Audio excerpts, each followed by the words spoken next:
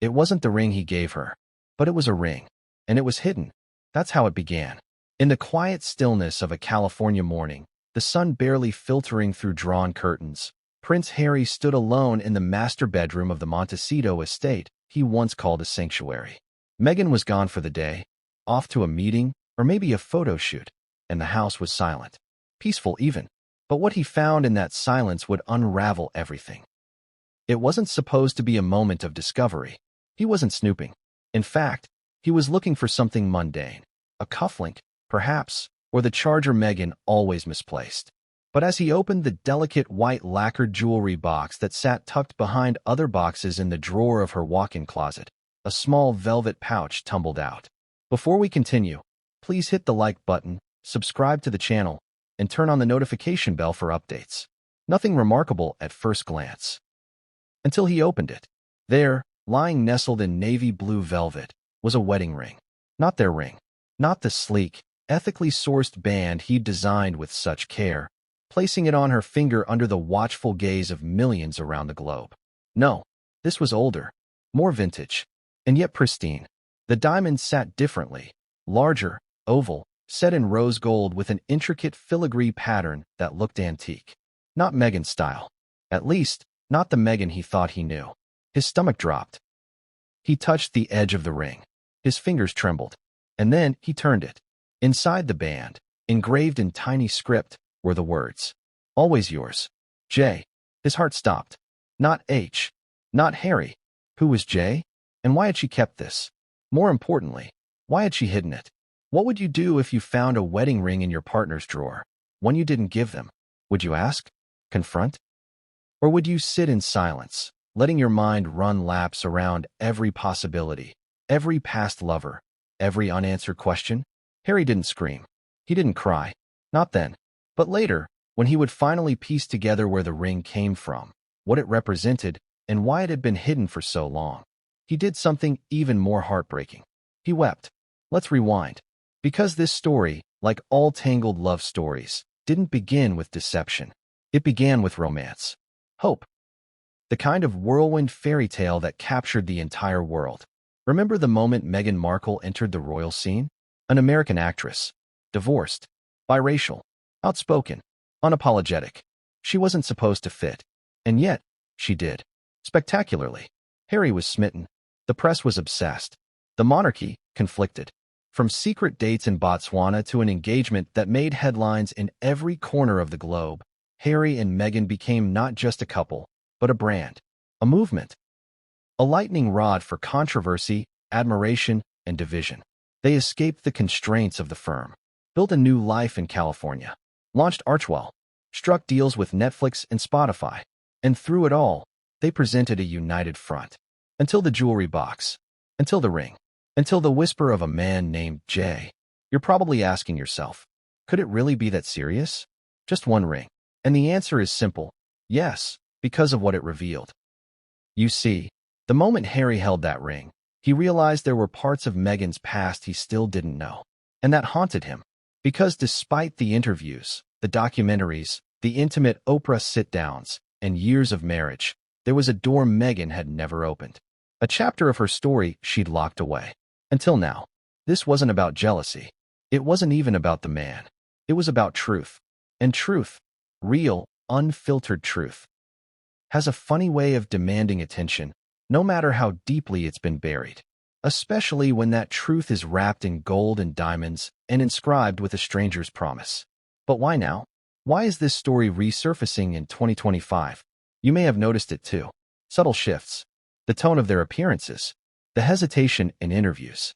Harry showing up solo at public events. Meghan opting out of key royal-related press cycles. And then, the rumors.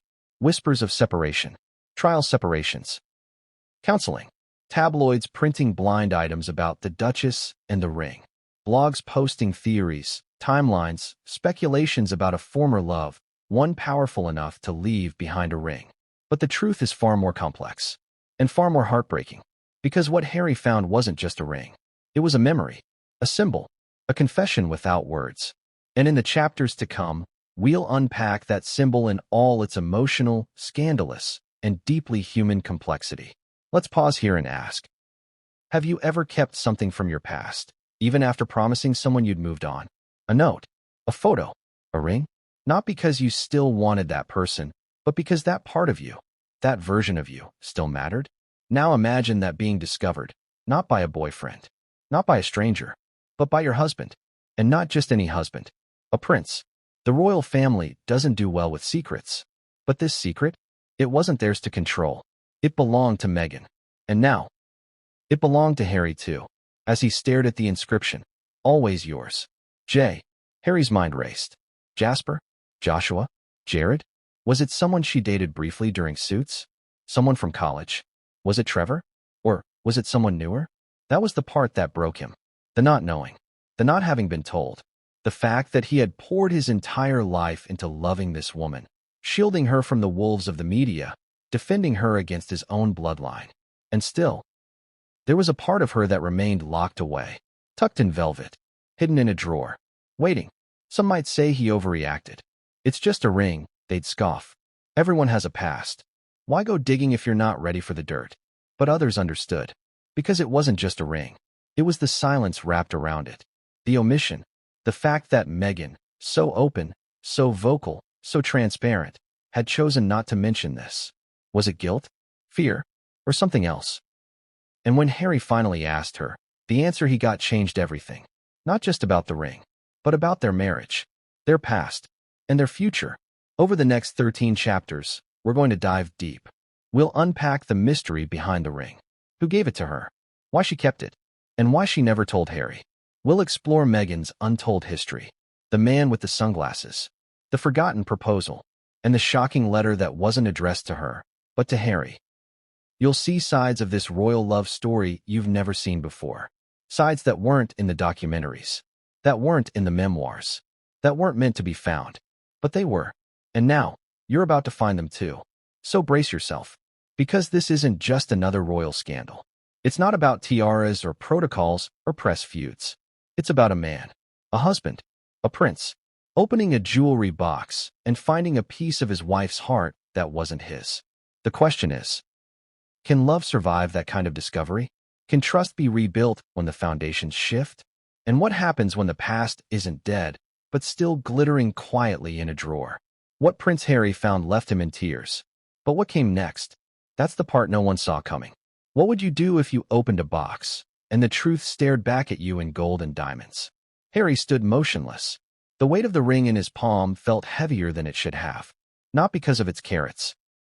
Not even because of the name engraved inside. But because of what it represented. Because in that single, quiet moment, he realized he was holding a piece of Meghan's past she'd never told him about. And if there was one thing Harry had come to fear more than the paparazzi, more than the tabloids, more than the looming shadow of his royal bloodline, it was secrets. He had spent a lifetime watching secrets rot people from the inside. He had watched silence tear through Buckingham Palace like a silent disease, stealing joy, breeding mistrust, fueling paranoia. And now here it was, in his wife's drawer, wearing a ring. The room didn't move, but his mind raced. He looked down again at the band. It shimmered in the light, deceptively beautiful. Rose gold, soft filigree carving across the edges, vintage in style, but in immaculate condition. A central diamond, not massive, but elegant, delicate, almost romantic. It wasn't ostentatious. It wasn't loud. It was personal, intimate, worn with meaning. The kind of ring you only give someone if you mean forever. But it wasn't his. He would have remembered this. He would have known. He had given Meghan a ring designed with Diana's diamonds. He had obsessed over every detail with jewelers and aides. It was custom, ethical, symbolic. That was their story. But this wasn't a royal ring. It wasn't official. It wasn't known, which made it even worse. This was a ring no one had ever seen, because Meghan never wanted it seen. You're probably wondering what Harry did next. Did he call her? Demand answers? Not yet, because there's a moment, a terrible, silent moment, that happens between discovering a truth and reacting to it. It's not the shouting that comes first. It's the stillness, the breath that catches in your throat, the thud in your chest when your brain starts racing to fill in blanks. And Harry had too many blanks to fill. Who was Jay? Why did Meghan still have the ring? Had she kept it for sentimental reasons? Or worse, was it something current? His palms grew sweaty, his mouth dry. He turned the ring again, studied the engraving. Always yours, Jay. That was it. No date, no location, just that one haunting phrase. He looked back into the drawer. The jewelry box itself was deceptively organized. Rows of earrings, necklaces, rings, some real, some costume. The kind of collection you'd expect from an actress turned duchess. But this ring wasn't in plain sight. It had been tucked into a velvet pouch at the very back of the drawer, behind the other trinkets, behind the publicly safe pieces, and nestled so deep it practically dared him not to find it. That told him something. This wasn't something she wore. This was something she hid. And Harry knew something about hiding things, didn't he? He had hidden grief, anger, shame. He had watched his mother be hunted, humiliated, devoured by the media, and then watched the institution demand he smile through it. He had run to America to escape that cycle, to protect Meghan, to protect their kids, to start a new life built on honesty. And now this, a secret he hadn't seen coming, from the person he trusted most. Let's zoom in here, because this is the moment everything starts to spiral. This is the kind of moment most couples don't talk about. Not on Instagram, not in interviews, not even in therapy. It's the moment where trust doesn't explode. It cracks. Tiny. Hairline. Barely visible. But once it starts, it never stops. It spreads. It eats away. And Harry, standing there in that Montecito bedroom, didn't even know how deep that crack would go. Yet, he put the ring back in the pouch, closed the drawer, and sat down, hands clasped, mind spinning. He couldn't ask anyone, couldn't call a friend, couldn't alert the press, couldn't even bring it up to Meghan, not yet, not until he had more information. So instead, he began tracing timelines. Had she ever mentioned someone named Jay? Had there been a Jay in the stories she told? A co-star? A college boyfriend? A secret fiancé? His chest tightened at the thought. Had Meghan been engaged before? Was there another man who'd given her this? And if so, why wasn't that part of the story she told the world? More importantly, why hadn't she told him? He remembered the night he proposed. The roast chicken. The candles. The nerves in his chest. Meghan had said yes so quickly, so joyfully, as if no one else had ever asked, as if he was her only beginning. Was that a lie? Or was this ring just an echo? Let's not pretend Harry's reaction was entirely rational. This is what heartbreak does. It turns even the most confident people into detectives. It weaponizes imagination. It invites every insecure whisper to crawl back into your mind. He didn't want to doubt Meghan, but the evidence was real. The ring was real. And his name wasn't engraved on it. He tried to go about the rest of his day normally. He took a walk around the garden, checked in on Archie's playroom, Lilibet's nursery, answered a few emails. But his mind kept drifting back to the ring, to that velvet pouch, to the inscription, always yours, Jay, always. Not once, not then, not once upon a time, always. By sunset, the walls felt like they were closing in. He poured himself a drink, something he rarely did these days. And that's when the first tear came. Not loud, not dramatic, just a quiet streak down his cheek. Because it wasn't just the ring. It was what it meant. It was the realization that maybe, just maybe, there were parts of Meghan's heart he didn't fully know. Maybe he never would. And for a man who had risked everything, family, title, legacy, for love, that realization broke him. But here's where things take a turn. Because later that evening, something strange happened. While Meghan was still gone, Harry walked back into the closet. He opened the drawer again, stared at the jewelry box, and then he noticed something. The bottom of the box wasn't flat. There was a seam, barely noticeable, as if the base had been added. He gently prodded it, tapped around the edges, and then he felt a slight give. The bottom lifted, and beneath the main drawer was a hidden compartment, and inside it, not just the ring, but something else. Something that would take this mystery from painful to explosive. Something he wasn't supposed to find. But now that he had, he couldn't unsee it. But what Harry found beneath the ring would raise even darker questions. And none of them had answers yet. What if the woman you married wasn't hiding a secret, but an entire unfinished story? Harry didn't open the hidden compartment right away. He stared at it first, as if the small, shallow space beneath the jewelry box had grown teeth. As if whatever waited inside could bite him. Because once you cross a certain line, once you know there's more, you can't pretend ignorance anymore. You can't go back to the version of yourself who believed everything had already been said. And Harry understood that better than most. He had crossed that line before, when he read private briefings about his mother's final hours, when he learned what Palisades really thought of her, when he realized how much of his life had been curated, controlled, and edited. Opening that compartment felt eerily familiar. Still, he did it. Slowly, carefully. The compartment slid open with a soft click. Inside were 3 items: a folded piece of cream-colored stationery, an old photograph, and a second velvet pouch. Harry's heart sank, because now, this was no longer about a ring. This was about intent. Let's start with the photograph. It was a Polaroid, slightly faded around the edges. Meghan was in it, but not the Meghan the world knew.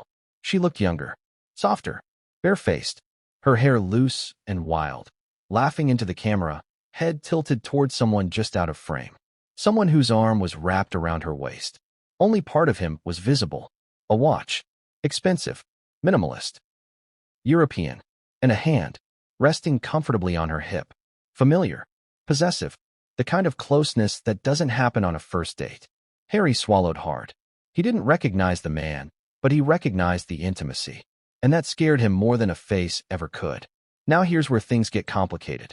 Because Meghan had never claimed she didn't have a past. She'd spoken openly about dating, about heartbreak, about ambition. But what she hadn't talked about, at least not to Harry, were the details. Not the kind that live in drawers. Not the kind that get hidden beneath false bottoms. And certainly not the kind that come with rings. Harry sat down on the edge of the bed, photo in hand. His mind went into overdrive. Was this from Toronto? Before Suits took off? During it? Was this man part of her professional world, or separate from it? And most unsettling of all, why keep this? This is where many people misunderstand what betrayal actually feels like. It's not always about infidelity. It's about exclusion.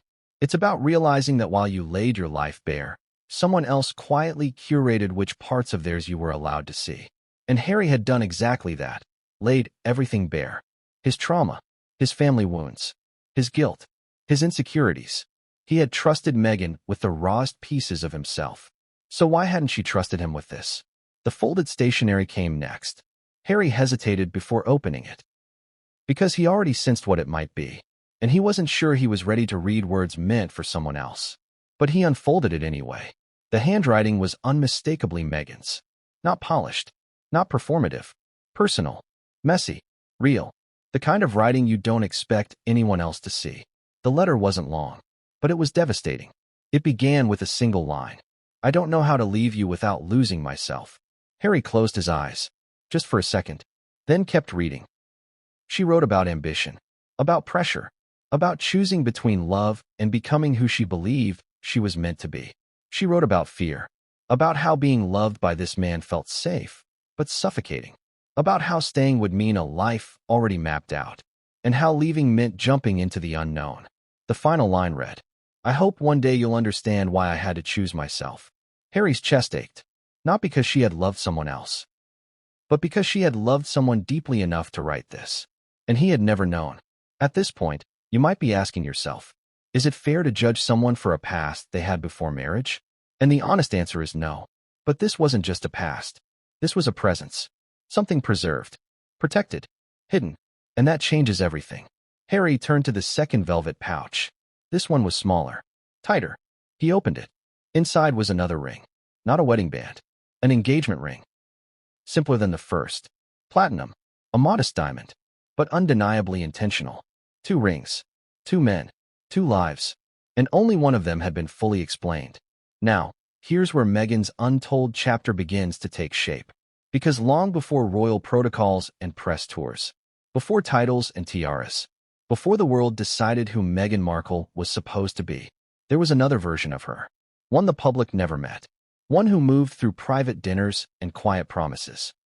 One who was loved not as a symbol, but as a woman on the brink of becoming something more. And that version of Meghan had been engaged.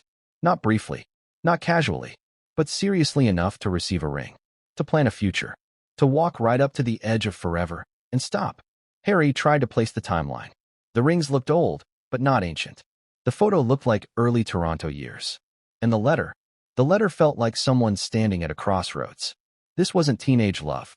This was adult. Calculated, painful, and deeply consequential. Suddenly, pieces started clicking together. Moments he'd brushed off. Stories that had felt incomplete. Times Meghan had been vague, deflective, evasive. He remembered once asking her about the one before him.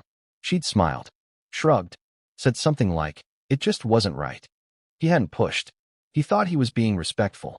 Now he wondered if he'd been willfully blind. The contradictions started piling up. She'd said she never wanted to get married again after her first divorce. But here were 2 rings. She'd said she felt liberated moving to Toronto. But this letter spoke of entanglement. She'd said her past relationships were uncomplicated. Nothing about this looked uncomplicated. And then there was the name. The engraving. J. Harry hadn't forgotten it. If anything, it now screamed louder. Who was J? And why had Meghan never spoken his name? As the sky darkened outside, Harry realized something else. This story wasn't over. Not even close. Because the man behind those initials hadn't disappeared. He hadn't vanished into obscurity. In fact, there were whispers. Old ones. The kind you only hear if you know where to listen. Whispers about a powerful figure. A benefactor. Someone who'd once been very close to Meghan. Someone whose influence stretched far beyond romance. And that's when Harry remembered something chilling. A comment a palace aide had once made, half joking, half serious. She's had people backing her longer than you think. At the time, Harry had laughed it off. Now, it echoed. Loudly. He placed the items back in the compartment, closed the jewelry box, shut the drawer, and sat in silence. Because he now understood one thing with terrifying clarity. This wasn't just about love. This was about a life Meghan had almost lived. A path she'd nearly chosen. And a man she'd never fully let go of. But the most unsettling realization hadn't even hit him yet. Because the man behind the ring, the man behind the letter, the man behind the initials, J, had once made a promise. Not just to Meghan, but about her. And that promise was about to resurface. In a way Harry never expected. But what Harry was about to learn next, about who J really was, would make this discovery feel small by comparison. And once the name surfaced, there would be no turning back. What if the ring you thought was just a leftover token turned out to be part of something much bigger, more powerful, more dangerous, and more deliberate than you ever imagined? Harry couldn't sleep. He didn't even try. Instead, he lay in bed, staring at the ceiling, replaying everything in his mind like a film reel stuck on a loop. The photograph, the folded letter, the 2 rings, and most of all, that inscription, "Always yours, J." Those 2 simple words now felt like a gateway. To what? A love story? A warning? Or a hidden history? One carefully kept out of sight, even from the man Meghan married? He knew he couldn't sit in speculation any longer. He needed facts. He needed clarity. So the next morning, just after sunrise, Harry made a decision that surprised even himself. He picked up the velvet pouch with the engraved ring, tucked it carefully in his jacket pocket, and drove, alone, to the most discreet private jeweler in Santa Barbara. Not just any jeweler. Someone trusted. Someone who worked in whispers, not marketing.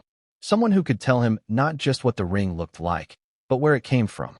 And what he learned inside that quiet little showroom would send his world spinning even faster. Let's pause for a moment. Because here's something you might not realize. Rings carry stories. Not just emotional ones, but historical ones. Jewelry, especially high-end, vintage pieces, leaves a trail. Of ownership. Of craftsmanship. Of secrets. It's how royal artifacts are tracked. It's how black market pieces are recovered. And it's how, in this case, a single ring blew the lid off something Meghan never intended to explain. The jeweler took the ring in silence, turned it beneath the lens, examined the inscription, tilted his head, and then said something that made Harry freeze. This isn't just vintage. It's European. Pre-war. Possibly 1920s. Harry blinked. That made no sense. Meghan had always claimed her taste was modern. Ethical. Clean. She didn't wear family heirlooms, at least not unless they came from his family. So how did a nearly 100-year-old European engagement ring end up in her drawer? Do you know who made it? Harry asked. The jeweler nodded slowly, then walked to the back room and returned with an old reference binder, one of those thick, cracked leather tomes used by true experts. He flipped several pages, then tapped an image. "This is the maker's mark," he said. "Rare. Very rare." This was crafted by a French artisan who worked almost exclusively with aristocrats and private collectors before the Second World War. Then he added, "This ring wasn't bought in a store. It was passed down." Harry's stomach sank, because that meant it was no ordinary gift. It was an heirloom, a legacy piece, the kind of ring one doesn't simply hand over in a whirlwind romance. It meant Meghan hadn't just been engaged. She'd been engaged to someone with access to generational wealth. Possibly old European money, or someone adjacent to royalty. You can imagine what this did to Harry's head. Suddenly, this wasn't just a private ex's ring. This was something that touched legacy, lines of inheritance, hidden power. But there was more. The jeweler peered at the band again, then looked up, a bit more cautiously this time. "There's another thing," he said. He pointed to the interior curve of the ring, just past the "always yours" J inscription. There was something else. Faint. Nearly worn away. But it was there. 2 letters. Very small. Etched so delicately you'd miss it unless you knew where to look. LV. Harry frowned. Louis Vuitton. The jeweler laughed, then shook his head. No, not the brand. The person. That caught Harry off guard. Apparently, there was once a family, a European political family, now dissolved, who used that same monogram in their family crests, their signet rings, and yes, even in secret inscriptions on engagement pieces. They weren't monarchs, but they weren't nobodies. Old money, connected, discreet, and most of all, powerful. Harry leaned in. What was the full name? The jeweler hesitated. "I'd rather not say, Your Highness. But I'll tell you this. Whoever gave this ring, they didn't want it public. Ever." Harry stood there, silent, as the implications unfolded.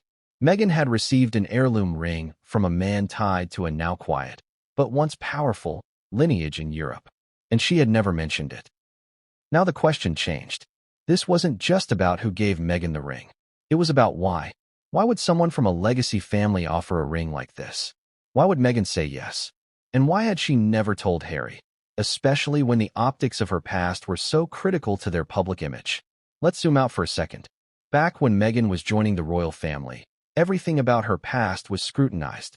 Her ancestry, her ex-husband, her religion, her political stances, her friendships. But nowhere was there ever mention of a European connection.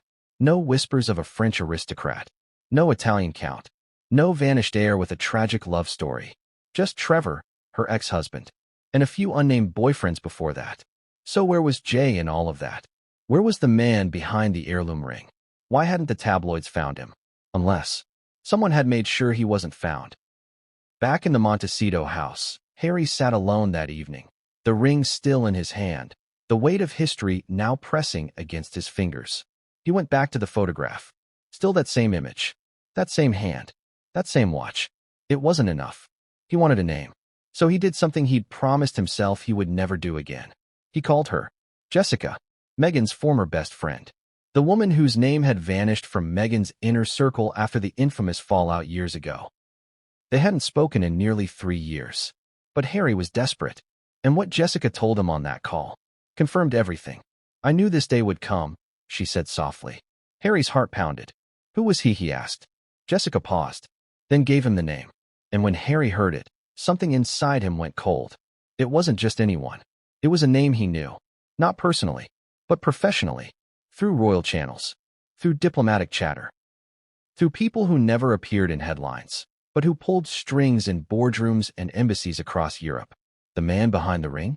He wasn't just a lover. He was someone Meghan was supposed to never speak about again. Someone who had made a deal. A quiet agreement. That if she left cleanly.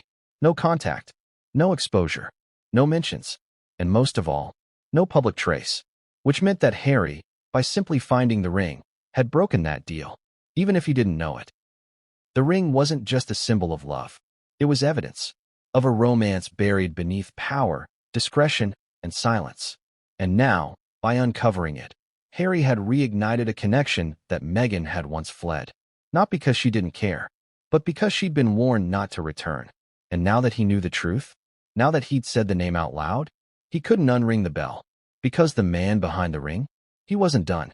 And he was about to reach out. Not to Meghan. To Harry. Directly. But what the mysterious man known only as Jay would say would make Harry question whether his marriage had been his to begin with, or whether he'd stepped into someone else's unfinished love story. What if the love story you thought you inherited never actually ended? The text came at 2:13 a.m. Harry had barely fallen asleep. His thoughts knotted into a tangled mess of timelines, faces, initials, and foreign legacies, when his phone buzzed on the nightstand beside him. The screen glowed in the darkness. A single message. From an unknown number. No name. No emoji. No introduction. Just 6 words. Now that you've seen the ring. Harry sat up instantly. The air in the room thickened. Because the message didn't need context. It didn't need a signature. He already knew who it was from. Jay. The man Meghan never mentioned. The man whose letters had been folded into her silence. The man whose ring now sat in Harry's house, humming like a quiet bomb waiting to detonate. Let's rewind. Who was this man? And more importantly, why had Meghan buried his existence so completely? Because here's the thing. Everyone has an ex. Everyone has a before. But most people don't hide theirs behind international silence pacts and antique rings with coded inscriptions. This wasn't just about a breakup. This was about erasure. And erasure always has a reason. His name, first name only, was Julian. Julian Vernier. A name Harry had only heard whispered once, years ago, in a corridor at Kensington Palace.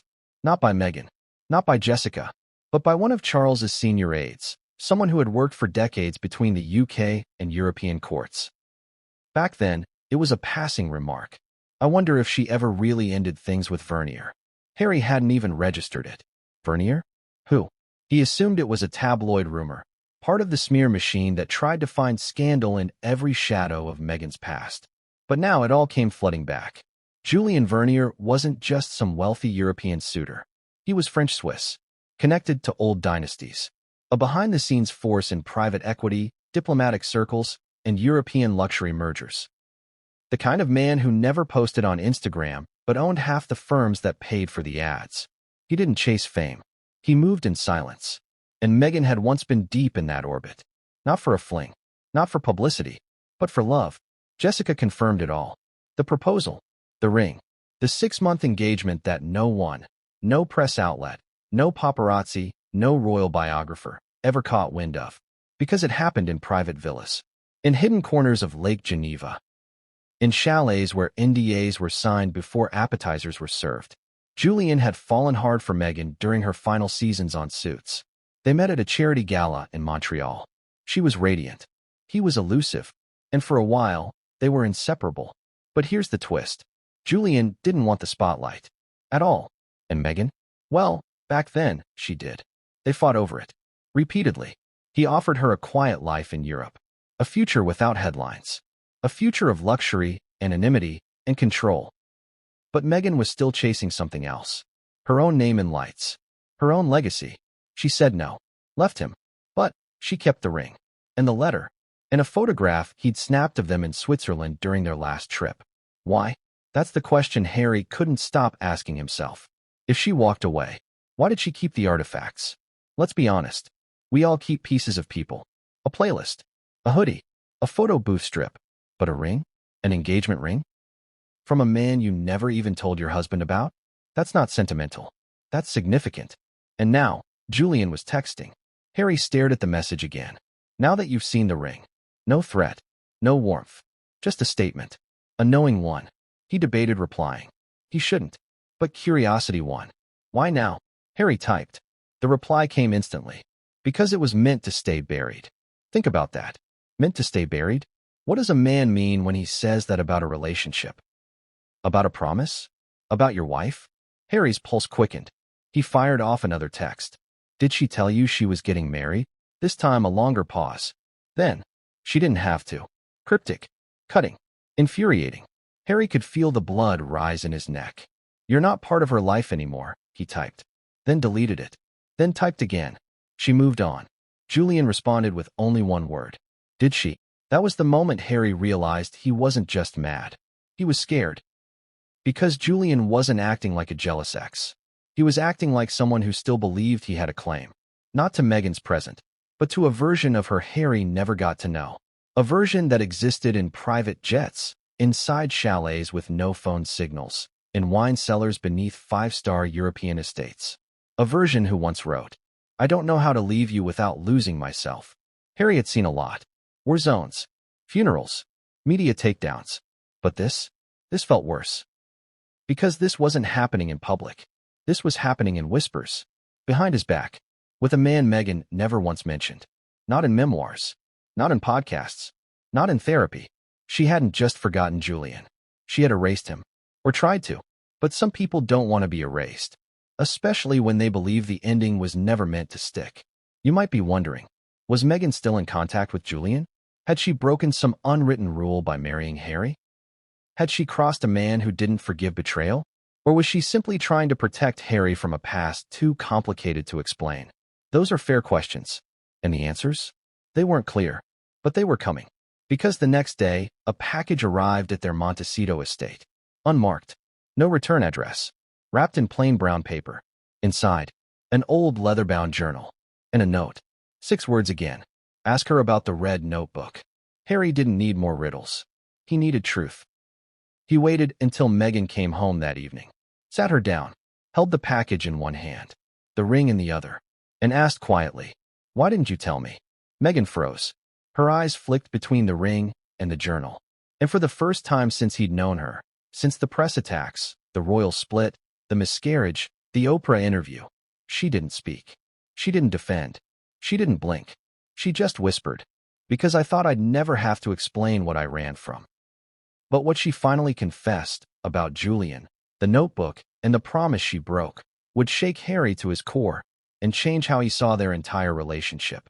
What if the path to royalty was paved not just with ambition, but with agreements, unspoken debts, and sacrifices you hoped would never come to light? Meghan didn't touch the ring. She didn't open the red notebook either. She just stood there, perfectly still, in that California twilight, and stared at Harry. He stared back. The silence was louder than any shouting match could ever be. Finally, he said, "I need to know the truth." She nodded, then sat down on the edge of the couch, like someone bracing for impact. Because this wasn't just about Julian anymore. It was about how Meghan became the woman the world knows today. The woman who captured a prince. The woman who walked into the House of Windsor with poise, power, and precision. Because behind that poised exterior was a deal. A deal made long before she met Harry. And it began in Hollywood. Let's rewind to 2014. Meghan Markle was still filming Suits in Toronto. She was on the brink of something, but not quite there. Not yet famous. Not yet scandalous. Just one of many hard-working actresses grinding through press junkets, charity appearances, fashion weeks, and networking events. She was clever, savvy, relentless. But Hollywood is ruthless. Talent isn't enough. Connections aren't enough. You need access. You need someone to open the back door, so you don't have to wait in line with everyone else. Enter the pact. Meghan had been introduced to a very particular circle. Not A-listers, not producers, something more niche. Men and a few women who operated quietly behind the scenes. They weren't just agents or managers. They were facilitators. They made careers happen. They placed people on magazine covers, landed them lucrative speaking engagements, secured Vogue editorials, arranged UN photo ops, even orchestrated high-profile meet-cuties. Their clients? Actresses, influencers, fashion entrepreneurs, up-and-comers with potential. In exchange, loyalty, discretion, and, occasionally, favors. Meghan's introduction came through Soho House. Yes, that's Soho House. The elite, members-only club where models, tech founders, and power players mingle behind dim lighting and avocado toast. She made the right friends, said the right things, wore the right designers, and soon, she was noticed by a man known only as the curator. That wasn't his real name, but that's what people called him. Because he didn't just manage careers, he curated identities. He built public narratives for people before they even realized what kind of persona they needed to sell. And Meghan? She fascinated him. A biracial American actress with poise, brains, and political awareness? She was a blank slate with endless potential. So he made her an offer. He would elevate her. Carefully, strategically, get her in the right rooms, with the right faces. And in return, she had to follow the path he drew, and never look back. Now here's the shocking part. Julian, yes, that Julian, was connected to the curator. They weren't friends. They were partners. Silent collaborators. Julian didn't just fall for Meghan by accident. Their paths had been crossed intentionally. And while the love was real, so was the agenda. Harry sat stunned as Meghan explained it. The late-night flights to Geneva. The untraceable credit cards. The stylist she didn't pay for. The press coverage that appeared out of nowhere. The invitations to galas with people she'd never met. All engineered. Not fake, but manufactured. Cultivated. And Julian? He was the ultimate security blanket. He gave her a glimpse of the life that could be hers if she committed fully to the pact. But Meghan hesitated. Because the deeper she got into Julian's world, the more trapped she felt. She described a dinner in Paris. A long mahogany table. 20 guests. Every one of them connected to something. Politics, fashion, old money, silent power. They spoke in code. Made jokes about elections before results were public. Mentioned actresses who had been taken off the board. And that's when it hit her. She wasn't just being promoted. She was being owned. That dinner broke her. She told Julian she wanted out. He begged her to stay. Said she was one deal away from global influence. Said she'd regret walking away. She left the next morning. No goodbye. No closure. Just a note. And the ring. You chose me, Harry whispered. No, Meghan said. I chose myself. Then she looked at him with eyes he didn't recognize. Eyes that had seen things. Felt cornered. Compromised. Determined. I loved Julian. I did. But I loved my freedom more. And I knew I couldn't have both. Now let's step back. Is this story unbelievable? Too Hollywood? Too conspiratorial? Maybe. But Harry had heard enough names. Recognized enough links. Seen the ring. Read the letter. Held the notebook. And now? He couldn't unknow any of it. This wasn't just about a man. Or a past romance. This was about the architecture behind fame. The scaffolding that holds up the illusion. And Meghan had walked away from it. Or tried to. Until he found the ring. And broke the spell. So why hadn't she told him? Simple. Because she thought the past was dead. Buried under silence agreements and burned bridges. But power? It never forgets. And the curator? He didn't like loose ends. That red notebook? It wasn't a diary. It was a ledger. A list of names. Dates. Meetings. Gifts exchanged. Articles planted. Connections made. Julian had kept it. As leverage. Insurance. Proof that Meghan had once been theirs. And now it was in Harry's hands. And that meant trouble. Big trouble. Because whether Meghan liked it or not, she had been owned once. And someone out there still believed she was in debt. Burn it, Meghan said. Are you sure? Harry asked. Burn it. But he hesitated. Because deep down he knew. You can't kill the past. Not when it's already learned how to write its own future. But what Meghan didn't know, what Harry hadn't yet seen, was that the notebook held one final entry, with a name neither of them expected. And when that name surfaced, it would pull the entire royal family into the very pact Meghan thought she escaped. What if the monarchy that promised you sanctuary had known all along? Harry stared at the red notebook long after Meghan had gone to bed. She had said to burn it. Begged him, in fact. But something in him couldn't let it go. Not yet. Because deep in his gut, he knew this wasn't just about Meghan anymore. It wasn't just about Julian, or the ring, or the curator. This was about power. And power rarely travels alone, especially in royal circles. The notebook was dense. Leather-bound, with soft aging along the spine. The pages inside weren't numbered, but each one was filled with tight, deliberate handwriting, Julian's. Some pages were timelines. Some were summaries of events. Others were transactional. Names, dates, deals. Things that seemed small on their own. Social invitations, stylists, wardrobe loans, Instagram collaborations. But when you strung them together, it looked like a map of how to create a public persona from scratch. And at the center of that map, Meghan. Harry turned to a page near the back, one with a thicker crease in the binding, as if it had been opened repeatedly. At the top, written in bold red ink, Plan B, if Meghan marries into the firm. His heart skipped. He read faster now. The plan outlined was chilling in its precision. Build a public narrative of tension with the monarchy. Leak specific grievances through friendly media contacts. Position Meghan as a modern reformer challenging outdated systems. Use her platform to create a parallel brand. independent from the crown. Monetize the divide, strategically, gracefully, and with plausible deniability. Harry's hands began to tremble, because parts of that, they had already happened. And then came the part that shook him. A short list, handwritten and underlined. Allies within the royal machine. It contained 4 names. 3 he didn't recognize. 1 he did, intimately. Sir Edward Langston, his father's closest aide.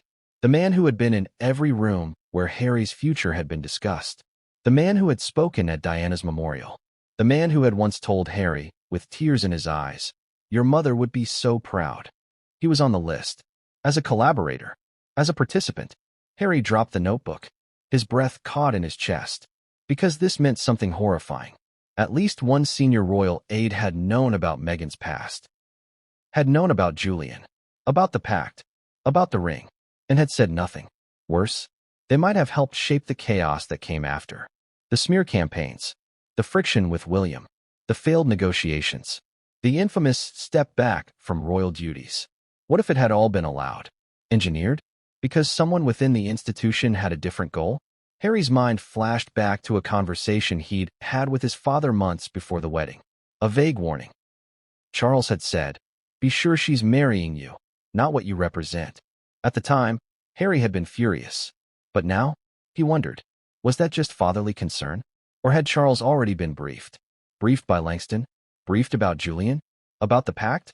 It made sense. Too much sense. After all, the firm didn't leave things to chance. They ran background checks, monitored communications, had access to intelligence contacts that could profile anyone in hours. And yet, they had welcomed Meghan. Or had they? Harry recalled how quickly everything had shifted after the wedding. The coldness from William. The strained Christmas at Sandringham. The sharp whispers about Archie's birth plan. The silence when Meghan cried at royal engagements. It hadn't made sense then. But what if it wasn't because of racism? Or media pressure? Or internal family dysfunction? What if it had been about Julian? And what he knew? Back to the notebook. At the bottom of the page was a line, circled twice. Leverage exists in Windsor. Use only if Meghan is targeted directly. Harry felt sick. Because that meant Julian had kept this insurance not just against Meghan, but against the entire royal family. And now, by finding the notebook, Harry was holding the trigger, whether he wanted to or not. You might be wondering, why would anyone within the palace help a scheme like this? Why would a royal aide, one sworn to protect tradition, ally with someone like Julian? The answer is painfully simple. Survival. Sir Edward Langston had served under 3 monarchs. He had seen scandal destroy reputations. He knew that the public needed villains and heroes, especially in the age of social media. And what better way to control the narrative than to create one? If Meghan was going to enter the royal orbit, then someone had to shape her arc, either as a modern savior or a cautionary tale. And either way, the monarchy remained at the center, unmoved, unshaken, essential. But that wasn't all. There was one final revelation. Tucked in the back pocket of the notebook was a sealed envelope. No stamp, just a single name scrawled in ink. H. Harry opened it with shaking hands. Inside, a single sheet. Typed. Short. Cold. If you're reading this, then you've already found what you weren't supposed to. Don't let your need for the truth destroy the one thing you were willing to risk everything for. Walk away, or I release what I still have. J. Harry stared at the letter. And then, for the first time in this entire ordeal, he felt something he hadn't allowed himself to feel before. Rage. Not at Meghan, not even at Julian, but at the system that had allowed this to grow in the shadows. The system he had once called family. Because now he understood something he had never seen clearly before. The palace didn't just fear scandal. They used it. They shaped it. They managed it like currency. And if Meghan's past was explosive, they kept it in their pocket like a detonator, ready to blow only if it suited them. And now? Now Harry had the notebook, the ledger, the names, the receipts. He had a choice. Destroy it, like Meghan asked, or use it as a weapon, a shield, a warning. But before he could decide, his phone buzzed again. A new message. Not from Julian. From an unknown email address. No text. Just a file attachment. Encrypted. Labeled. Footage. Geneva/2016/property of JV. Harry didn't need to open it to know what it was. because whatever it showed wasn't meant for him, wasn't meant for anyone. But once he opened that file, the truth about Meghan's past, and who had truly been pulling the strings, would be visible in full color. And nothing could ever be hidden again. When the heart starts asking questions the mind already fears answering, what do? Harry stared at the screen. The encrypted file sat unopened, pulsing like a digital heartbeat. Footage, Geneva/2016/property of JV. He didn't want to open it. He shouldn't open it. But he knew he would. Because the seed of suspicion, once planted, grows like a weed, fast, wild, and unstoppable. And Julian had known that. This wasn't a random act of cruelty. This was a precise strike. Because the worst kind of torment isn't loud. It's silent. It's the quiet gnawing of what if. And Harry, for all his strength, was now vulnerable. Julian had cracked him. Let's back up. Because the signs? They'd been there for a while. Long before the jewelry box. Before the ring. Before the notebook. There had been little things. Moments that, at the time, felt trivial, but now echoed with new meaning. Like the night Meghan came home late from a solo trip to New York and panicked when she thought Harry had opened her suitcase. Or the dinner in Santa Barbara, where she froze upon hearing the name, Julian, mentioned in passing by a hedge fund manager. Or how she changed the subject, sharply, anytime someone brought up Europe before 2017. He hadn't thought much of it back then. But now he saw it differently. Not as lies, but as avoidance. And avoidance is a language all its own. Suspicion doesn't arrive all at once. It creeps. It creeps into laughter, into silence, into glances across the dinner table. It starts asking questions in moments that should be safe, when brushing your teeth, or tucking your children in at night, or reaching for your partner's hand under the covers and wondering, what else don't I know? Harry loved Meghan. That had never been in doubt. But now, he was realizing that love alone didn't make him immune to secrets. And Meghan, whether to protect him or herself, had kept plenty. The footage, it sat on his desktop like a loaded weapon. He double-clicked it. Password prompt. He tried Meghan. No luck. Tig. Nope. JV. Still nothing. Then, almost instinctively, he typed, always yours. Click. The file opened. The video was grainy. A security cam, possibly hidden. The timestamp, October 14th, 2016. Geneva. The location, a villa. Expensive. Secluded. Julian was visible first, wearing a tailored navy suit, back to the camera. Then, Meghan entered the frame. Not sneaking. Not hiding. Laughing. She looked radiant. Relaxed. She walked up to Julian, embraced him, kissed his cheek. Spoke. The audio was muffled, but the tone was unmistakable. Intimacy. Not strangers. Not exes. Not a farewell. This was them. Still in it. Still involved. And it was 6 months before Meghan and Harry's first official date. His throat tightened. Because the story she had told him, the story the world knew, was that she and Julian had ended long before Harry came into the picture. But this footage said otherwise. At the very least, there was overlap. At worst, deception. Was she still involved when Harry first reached out? Was the royal romance born from a lie? Or a rebound? And did Meghan know this footage existed? He paused the video, closed the laptop, and sat in darkness. You have to understand something about Harry. Trust isn't casual for him. It's sacred. After what happened to his mother, after what he endured in the tabloids, after the betrayal from within his own family. Trust was all he had left. So finding cracks in that trust, now, felt like an earthquake beneath his very identity.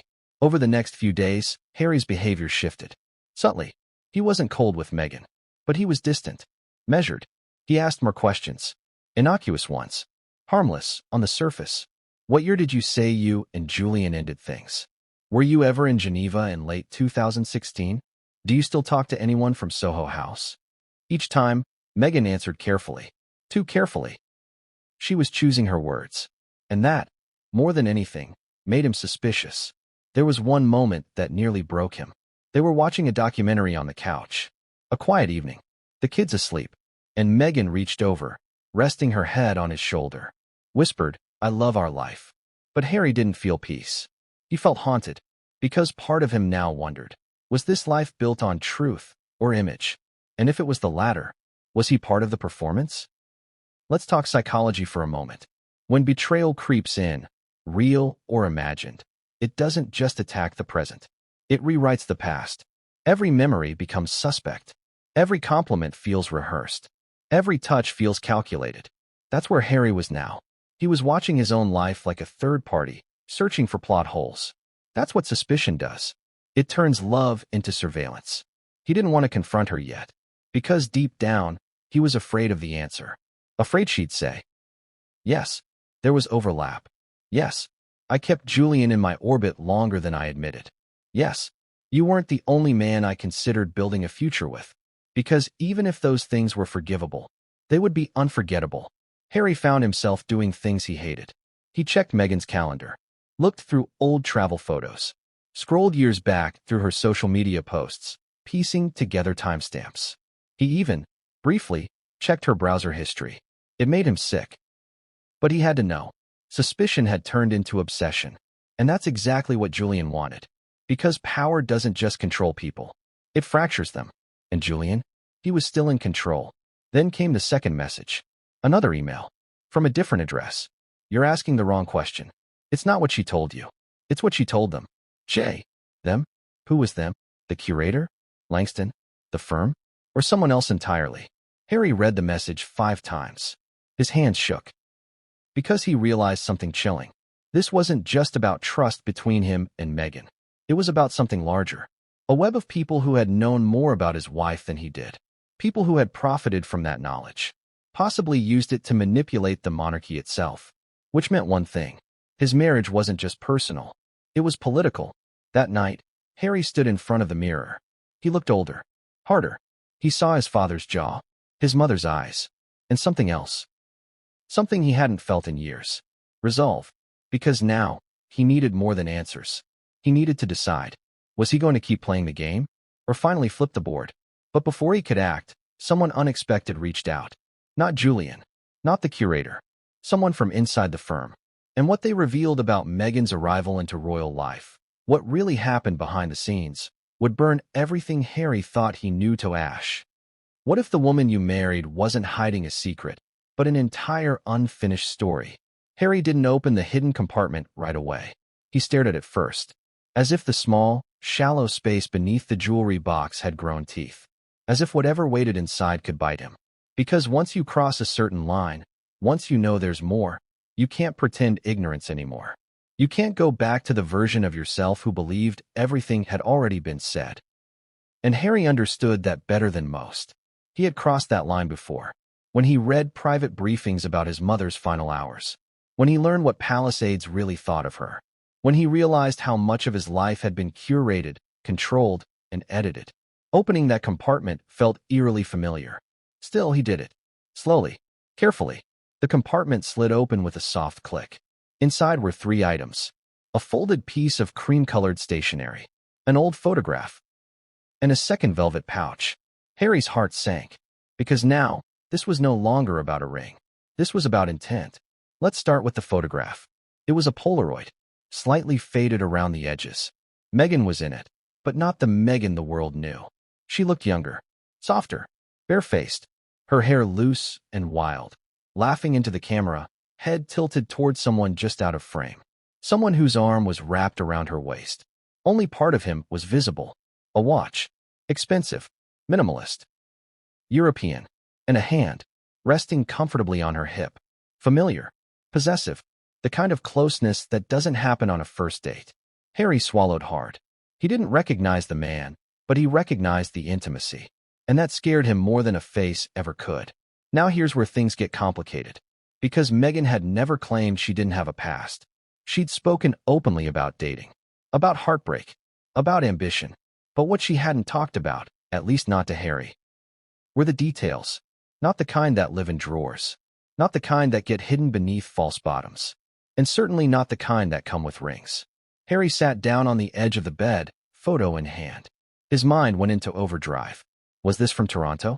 Before Suits took off? During it? Was this man part of her professional world, or separate from it? And most unsettling of all, why keep this? This is where many people misunderstand what betrayal actually feels like. It's not always about infidelity.